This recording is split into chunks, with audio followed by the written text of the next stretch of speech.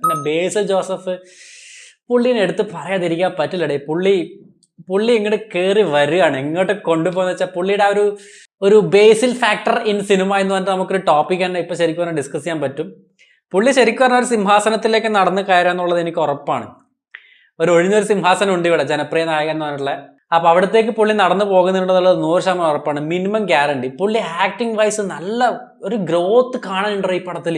ഇതിൽ സെക്കൻഡ് ഹാഫിൽ ഒരു സീൻ ഉണ്ട്, ഒരു ഹോട്ടലിന്റെ ഉള്ളിൽ നിന്ന് ഉയ്യോ ഡയലോഗ് ഡെലിവറി എന്നൊക്കെ പറഞ്ഞിട്ടല്ലോ. അത് പച്ചയായ മനുഷ്യരുടെ ലൈഫ് കാണിക്കുന്ന സംഭവമാണ്.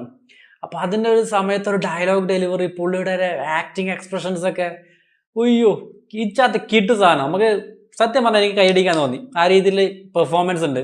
പുള്ളി ഇങ്ങനെ ഓരോ പടം കഴിയുമ്പോഴും കയറി വരികയാണ്. എന്തിനാ ഒരു മാസം തന്നെ 2 പടം. പ്രാവിൻകുടി ഷാപ്പ് എന്ന് പറഞ്ഞിട്ട് ഈ മാസം ഫസ്റ്റ്, ഈ മാസം ലാസ്റ്റ് ഡേ പൊന്മാൻ.